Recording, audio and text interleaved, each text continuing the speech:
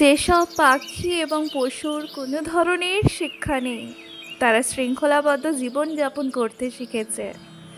কিন্তু হায়, যে মানুষটি সমস্ত বুদ্ধিমত্তার অধিকারী, সে শৃঙ্খলাবদ্ধ জীবনযাপন করে না। হে মহান সমাবেশের মানুষ, আর কি বোঝানোর আছে? প্রভু যেমন ব্রহ্মাণ্ডে উজ্জ্বলভাবে জ্বলজ্বল করেন, তেমনি ব্রহ্মাণ্ডও প্রভুতে জ্বলজ্বল করে। প্রভু এবং ব্রহ্মাণ্ডের মধ্যে সম্পর্ক ঘনিষ্ঠ এবং অবিচ্ছেদ্য। আজ কলিযুগের প্রভাবের কারণেই পরিবারের ভাইদের মধ্যে ঐক্য ভালোবাসা নেই, তাদের মধ্যে দ্বন্দ্ব থাকে, যা অশান্তির সৃষ্টি করে। বিপরীতে রাম, লক্ষ্মণ, ভরত এবং শত্রুঘ্নের নিজেদের মধ্যে সম্পূর্ণ ঐক্য ছিল। তারা তাদের ঐক্য দ্বারা অন্যদের আনন্দিত করত। শৈশবে খেলাধুলা করার সময়ও একে অপরের জয়ের জন্য আকাঙ্ক্ষা করত তারা। একবার ছোটবেলায় চার ভাই একটা খেলা খেলছিল। এর কিছুক্ষণ পরেই ভরত মা কৌশল্যার কাছে এসে তার কোলে বসে কাঁদতে শুরু করে। তিনি তাকে জিজ্ঞাসা করলেন, ভরত, তুমি দুঃখিত কেন? তুমি কি খেলাটায় হেরে গেছো? ভরত উত্তর দিলেন, মা, যদি তাই হতো তবে আমি খুশি হতাম, কিন্তু যখন আমি খেলাটা হেরে যেতে বসেছিলাম, তখন রাম খেলাটিকে হেরে আমাকে বিজয়ী করে তুলেছিলেন। আমার বড় ভাইয়ের পরাজয়ে আমি মর্মাহত। ভাতৃপ্রেমের কি অসাধারণ উদাহরণ, তাই না? অন্যদিকে রামায়ণের আরেকটা পাঠে দেখা যায়, যুদ্ধক্ষেত্রে লক্ষ্মণ অজ্ঞান হয়ে পড়েছিলেন। রাম স্তব্ধ হয়ে গেলেন। তিনি লক্ষ্মণকে তার প্রাণ বলে মনে করেছিলেন।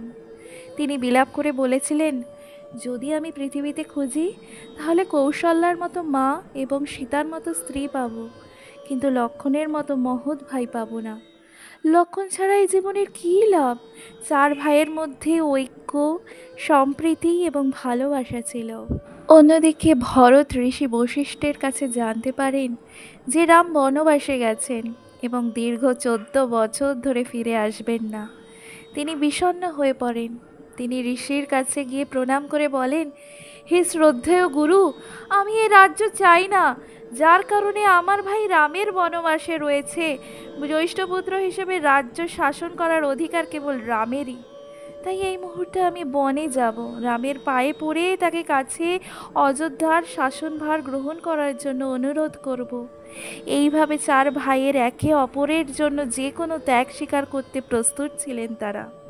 আমরা রামায়ণ পড়লে এটাও জানতে পারি, সেই সময় তারা তাদের পিতা মাতাকে যথেষ্ট শ্রদ্ধা করতেন, তাদের প্রত্যেকটা প্রতিশ্রুতি রক্ষা করার চেষ্টা করতেন। রাম বনবাসে যেতে প্রস্তুত হয়েছিলেন। তিনি গাছের ছালের তৈরি পোশাক পরে মা কৌশল্যার বাড়িতে যান এবং তার অনুমতি নিতে যান। মা কৌশল্যা ঘটনার আকস্মিক পরিবর্তন সম্পর্কে অবগত ছিলেন। অধীর আগ্রহে রামের আগমনের জন্য অপেক্ষা করছিলেন। রামের রাজ্য অভিষেকের কথা ভেবে তিনি আনন্দিত হয়েছিলেন। আশা করেছিলেন যে রামের রাজ্য অভিষেকের পোশাক পরেই তিনি তার কাছে আসবেন। রাম এবং সীতাকে ছালের পোশাকে দেখে তিনি খুব চিন্তিত হয়েছিলেন। রাম, তোমার রাজ্য অভিষেকের দিন কি এই ধরনের পোশাক পরা উচিত? তিনি জিজ্ঞাসা করলেন। রাম খানিকটা হেসে উত্তর দিলেন, মা, আমার পিতা আমাকে অরণ্য রাজ্যের রাজা হিসেবে অভিষেক করেছেন। আমি ঋষি এবং সাধুদের রক্ষা করার জন্য বনে যাচ্ছি, যারা অসুরদের দ্বারা কষ্ট পাচ্ছেন। অতএব দয়া করে আমার পবিত্র অভিযানের বিরুদ্ধে কোনো আপত্তি করবেন না। আমাকে আমার পিতার আদেশ পালন করতে হবে। এই বলে তিনি তার মায়ের সামনে প্রণাম করলেন এবং বনে যাওয়ার জন্য তার অনুমতি চাইলেন। রামের কথা শুনে মা কৌশল্যা দুঃখে আচ্ছন্ন হয়ে পড়লেন। তিনি তাকে অনুরোধ করলেন, পুত্র, তুমি কেবল পিতার আদেশ পালনের কথা বলছো, তোমার মাতার আদেশের কথা কি? আমি তোমার পিতার অর্ধাঙ্গী, অতএব আমার আদেশ পালন করা তোমার কর্তব্য। আমি তোমার বনে যাওয়ার পথে বাধা হব না, বরং আমাকেও তোমার সাথে যেতে দাও। বহু বছর ধরে বহু আচার অনুষ্ঠান, কঠোর তপস্যার ফলে আমি তোমাকে ধারণ করেছি। তোমাকে ছাড়া আমি 1 মিনিটও বাঁচতে পারি না। রাম তাকে শান্ত করে বললেন, মা, এই বৃদ্ধ বয়সে তোমার স্বামীকে ছেড়ে যাওয়া তোমার পক্ষে ঠিক নয়। সে আমার বিচ্ছেদের আগুনে পুড়ছে। এই মুহূর্তে তোমার উচিত তাকে সান্ত্বনা দেওয়া। সান্ত্বনা দাও, এটাই তোমার প্রধান কর্তব্য। একজন স্ত্রীর জন্য স্বামীই হলেন ঈশ্বর। তিনিই তার একমাত্র আশ্রয়। পাশে দাঁড়িয়ে থাকা সীতা এই কথোপকথন শুনতে পেল। সে তৎক্ষণাৎ তাকে জিজ্ঞাসা করল, রাম, সকল নারীর ধর্ম কি এক নয়? তোমার মায়ের ধর্ম কি আমার ধর্ম কি অন্য হতে পারে? তুমি আমাকে তোমার বাবা মায়ের দেখাশোনা করার জন্য এখানে থাকতে বলেছ। এখন তুমি তোমার মাকে বলছো যে স্বামীর সেবা করা স্ত্রীর প্রধান কর্তব্য। আমার ক্ষেত্রে কি এটা ভালো হয় না? সীতার যুক্তিতে কৌশল্যা মুগ্ধ হয়েছিলেন। তিনি রামকে বলেছিলেন, হে পুত্র, প্রত্যেক নারীর ক্ষেত্রেই একই ধর্ম প্রযোজ্য। আমার ভাগ্যে এইভাবে কষ্ট পাওয়া নির্ধারিত। সীতাকে অযোধ্যায় রেখে তুমি কেন কষ্ট দেবে? সে সব কিছু ত্যাগ করে তোমার সাথে বনে যাওয়ার সিদ্ধান্ত নিয়েছে। তাকে হতাশ করো না, তাকে তোমার সাথে নিয়ে যাও। তার যত্ন নেওয়া তোমার কর্তব্য। এই পর্ব থেকে মা কৌশল্যার আভিজাত্য এবং উদার মনোভাবের খুব ভালোভাবে বোঝা যায়।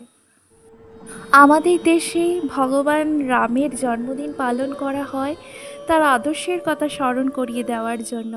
রাম, লক্ষ্মণ, ভরত, শত্রুঘ্ন এবং কৌশল্যা, সুমিত্রা এবং কৈকেয়ী আমাদের সামনে যে আদর্শ স্থাপন করেছিলেন তা নিয়ে আমাদের চিন্তা করতে হবে। ঋষি বশিষ্ঠ ঘোষণা করলেন রাম বিগ্রহ ধর্ম। তিনি রামের ঐশ্বরিক রূপ বর্ণনা করে বলেছিলেন, পুংসম মহান রূপায়। রাম, তুমি যে সৌন্দর্যে ভূষিত তা কেবল তোমার শারীরিক রূপের মধ্যেই সীমাবদ্ধ নয়। তোমার অসীম প্রেম, করুণা তোমাকে আনন্দময় রূপ প্রদান করে। এমনকি মানুষও তোমার আনন্দময় রূপ দ্বারা আকৃষ্ট হয়। তুমি সচ্চিত্তের আনন্দের মূর্ত প্রতীক। এইভাবে ঋষি বশিষ্ঠ রামের মহিমা এবং মহিমার প্রশংসা করেছিলেন। এটা তোমার সৌভাগ্য যে তুমি রামের পবিত্র কাহিনীতে শুনতে এবং তার মহিমা গাইতে পারো। আমি শুরুতেই বলেছিলাম ঈশ্বর ব্রহ্মাণ্ডে দীপ্তমান, আর ব্রহ্মাণ্ডও ঈশ্বরের মধ্যে। ঈশ্বর এবং ব্রহ্মাণ্ডের মধ্যে সম্পর্ক ঘনিষ্ঠ এবং অবিচ্ছেদ্য। ব্রহ্মাণ্ড জীবে পরিপূর্ণ, প্রতিটি সত্তা রামের মূর্ত প্রতীক। রামকে একটি নির্দিষ্ট নাম এবং রূপের মধ্যে সীমাবদ্ধ রাখবেন না। সমস্ত প্রাণী এবং তার রূপ। রাম মানে যিনি আনন্দিত, তিনি সকলের মধ্যে বিদ্যমান। ঈশ্বর সকল প্রাণীর অধিবাসী। সমস্ত জগৎ ঈশ্বর দ্বারা পরিবেষ্টিত। ঈশ্বরের হাজার হাজার মাথা, চোখ এবং পা রয়েছে। সেই সময় পৃথিবীর জনসংখ্যা ছিল মাত্র হাজার হাজার। তাদের প্রত্যেককে ঈশ্বরের রূপ বিবেচনা করে ঘোষণা করা হয়েছিল সহস্র শ্রেষ্ঠ পুরুষ। সময়ের সাথে সাথে জনসংখ্যা হাজার থেকে লক্ষ এবং লক্ষ থেকে কোটিতে বৃদ্ধি পেয়েছিল। তারপর বলা হয়েছিল ঈশ্বর হলেন মুক্তির দ্যুতি, দেবতা স্বরূপ। সাধারণত মানুষ রামকে একটি নির্দিষ্ট রূপে ধনুক এবং তীরের তুন থেকে সীমাবদ্ধ করে। আসলে প্রতিটি মানুষই রাম স্বরূপ। এই কারণেই মানুষের নামকরণ করা হয় রাম, লক্ষ্মণ, কৃষ্ণ, গোবিন্দ ইত্যাদির নামে। কেবল 4 ভাই নন, এমনকি তাদের স্ত্রীরাও মহান আদর্শ প্রদর্শন করেছিলেন। সীতা এবং উর্মিলা ছিলেন রাজা জনকের কন্যা। মান্ডবী ও শ্রুতি কীর্তি ছিলেন তার ছোট ভাইয়ের কন্যা। তারা ছিলেন মহৎ চরিত্রের অধিকারী এবং পরম অনাসক্তির অধিকারী। তারা অন্যের সুখকে নিজের সুখ বলে মনে করতেন। রাম যখন বনে যাচ্ছিলেন তখন সীতা জোর করেছিলেন যে তাকেও নিয়ে চলুক। তিনি বললেন, স্বামী, আপনি মানব জাতির মুক্তির জন্য এসেছেন, এতেও আমারও ভূমিকা আছে। আপনি যখন সব কিছু ত্যাগ করে বনে যাচ্ছেন তখন আমি কিভাবে এখানে থাকতে পারি? তিনি তার সমস্ত অলংকার খুলে ফেলেছিলেন। লক্ষ্মণের স্ত্রী উর্মিলা খুব ভালো চিত্রশিল্পী ছিলেন। ঘটনাবলী সম্পর্কে অজ্ঞ থাকায় তিনি রামের রাজ্য অভিষেকের ছবি আঁকছিলেন। তিনি যখন তার কাজে গভীরভাবে মগ্ন ছিলেন তখন হঠাৎ লক্ষ্মণ ঘরে প্রবেশ করে উচ্চস্বরে তাকে ডাকলেন। তিনি চমকে উঠলেন, তৎক্ষণাৎ উঠে দাঁড়ালেন। এই প্রক্রিয়ায় তিনি ঘটনাক্রমে তার আঁকা ছবিতে রং ছিটিয়ে দিলেন। ছবিটি নষ্ট করার জন্য তিনি দুঃখিত হলেন। তারপর লক্ষ্মণ মন্তব্য করলেন, মানব জাতিকে শান্তি ও সমৃদ্ধি প্রদানের জন্য রামের রাজ্য অভিষেক কৈকেয়ীর কারণে স্থগিত রয়েছে, এবং আপনি যে রাজ্য অভিষেকের ছবি আঁকছেন তা আমার কারণে নষ্ট হয়েছে। তিনি তাকে জানান যে তিনি রাম এবং সীতার সাথে তাদের সেবা করার জন্য বনে যাচ্ছেন এবং বলেছিলেন তিনি 14 বছর পরেই ফিরে আসবেন। তার সিদ্ধান্তে তিনি মোটেও বিচলিত ছিলেন না। প্রকৃতপক্ষে তিনি খুশি হয়েছিলেন। তাকে পরম ভক্তির সাথে সীতা ও রামকে সেবা করার জন্য অনুরোধ করেছিলেন। দুঃখ কষ্ট সুখ দুঃখ একে অপরের সাথে অনুসরণ করে, তাদের সাথে সমতার সাথে আচরণ করা উচিত। রামায়ণের অনেক ভালো দিক রয়েছে যেগুলো আমরা অনেকেই দেখতে পাই না। রামায়ণের শিক্ষাগুলো আপনার দৈনন্দিন জীবনে অনুশীলন করুন। ভগবান রামের আদেশ মেনে চলুন। রামায়ণের নীতি বোঝার এবং আত্মস্থ করার জন্যই আজ আমরা রামনবমী উৎসব উদযাপন করি। শুধুমাত্র মিষ্টি পুডিং এবং অন্যান্য সুস্বাদু খাবার খাওয়ার মধ্যে এই উৎসব সীমাবদ্ধ থাকলে চলবে না। খ্রিস্টীয় বাল্মীকি ঘোষণা করেছিলেন যে যতদিন পৃথিবীর বুকে পাহাড় ও নদী থাকবে ততদিন রামায়ণ থাকবে। আপনি হয়তো ভাববেন রামায়ণের সাথে পাহাড় এবং নদীর সম্পর্ক কি? পাহাড় পুরুষদের প্রতীক এবং নদী নারীদের প্রতীক। যতদিন এই পৃথিবীতে পুরুষ এবং নারী থাকবে ততদিন রামায়ণের গৌরব পৃথিবীতে আলোকিত করে চলবে। নারীদের নদীর সাথে তুলনা করা হয়েছে কারণ তারা ত্যাগের প্রতীক। তারা সকলের তৃষ্ণা নিবারণ করে অবিরাম প্রবাহিত হয়। রামায়ণ মানুষের জন্য মহান আদর্শ স্থাপন করে। মানুষের উচিত এই পবিত্র কাহিনী নিয়ে চিন্তা করা এবং এর আদর্শ অনুসরণ করা। ভগবান শ্রীরামের গল্পটি প্রাচীন নয়, এটি চিরন্তন নিত্য নতুন, এটি মঙ্গলে পরিপূর্ণ। আপনার হৃদয় রামায়ণের পবিত্র আদর্শে পূর্ণ হোক। ঘৃণা এবং সমস্ত পার্থক্য ত্যাগ করুন। আপনি শান্তি ও সম্প্রীতির সাথে বাস করুন। যখন আপনি অবিরাম রামের কথা চিন্তা করেন তখন আপনি প্রচুর আনন্দ এবং আনন্দ পান। তাই তো বলি, हो हरि अनंत हरि कथा अनंत, कहानी सुनाई बाहुवेदी सब संत।